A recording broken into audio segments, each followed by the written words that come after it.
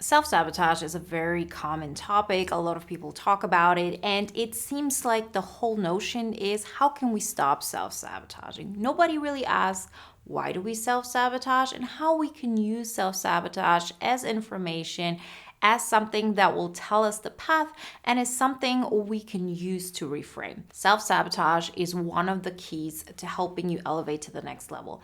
Everybody self-sabotages because self-sabotage for you is probably something different than self-sabotages for somebody else. So if you're, for example, somebody who eats perfectly and always healthy, even small ways of not sticking to your routine will be a form of self-sabotage for you. For me, that would already be a form of excellence to reach that space. So remember, self-sabotage always comes from a perspective of what am I currently able to hold on to and what am I able to perceive as the next higher version of myself.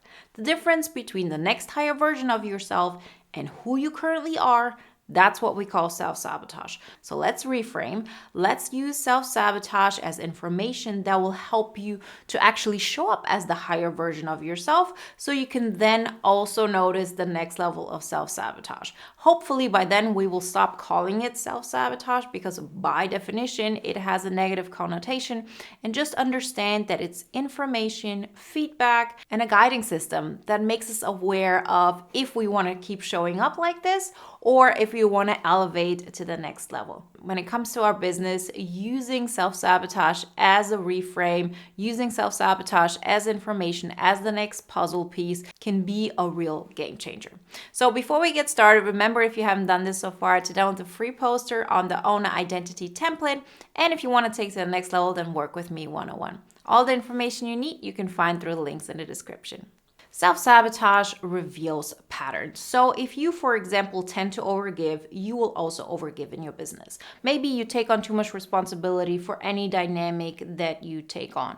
You help everybody, you're everybody's savior, you're the one who brings excitement into other people's lives, and you feel like this is your responsibility. If you have those tendencies, guess what? They will show up in business as well.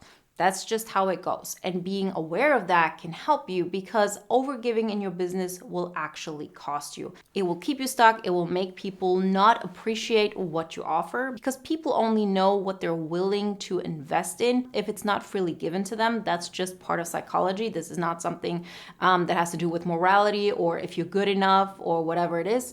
And on top of that, very often people who, for example, overgive need the other person or your clients or whatever it is to mirror back to them that, yes, what you do is valuable, right? They can't say that I'm not valuable if I give them so much more than, what they're paying for. Wrong. This is actually a form of self-sabotage. It doesn't work this way. People actually start undervaluing your offer when you give too much. Because then subconsciously they think you don't even believe in your stuff. You feel like you have to do so much, and this is the price tag you put on it.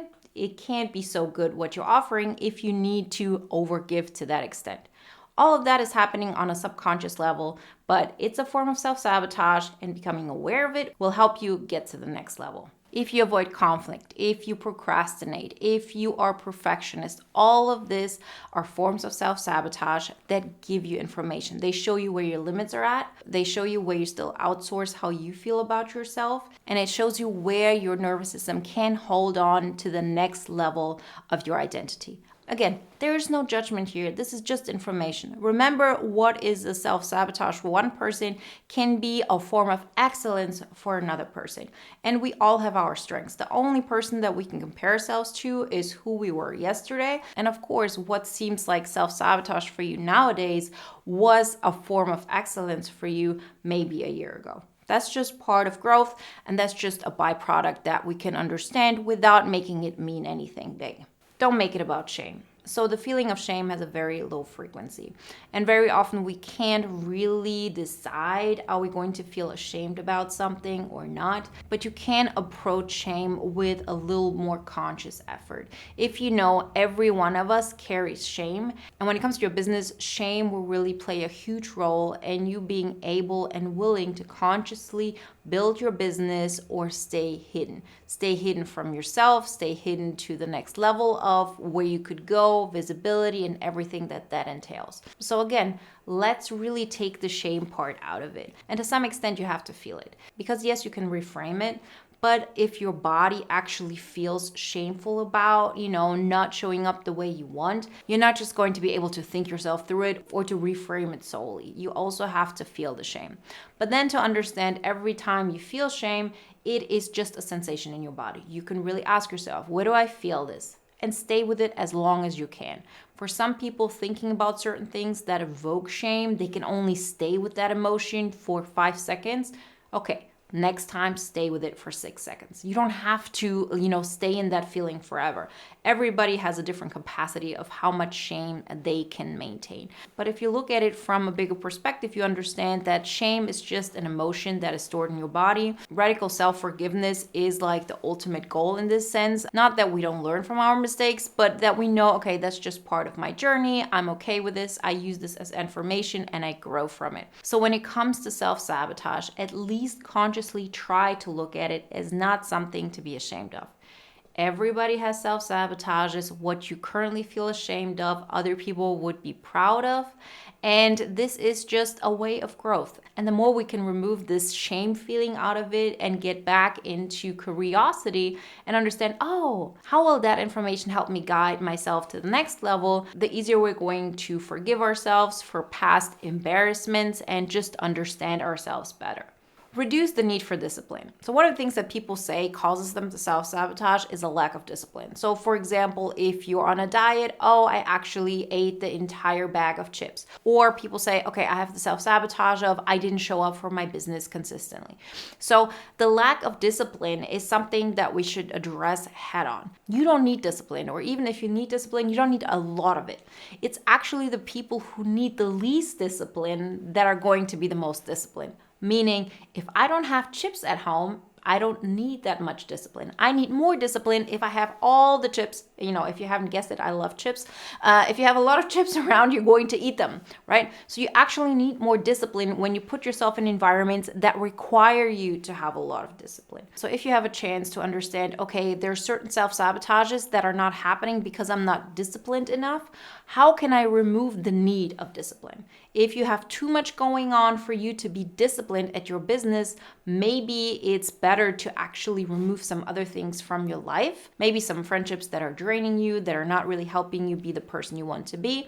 That will help you to actually have more energy for your business instead of putting even more pressure on your system and telling yourself, I have to be more disciplined. Self-sabotage often happens when success doesn't feel safe.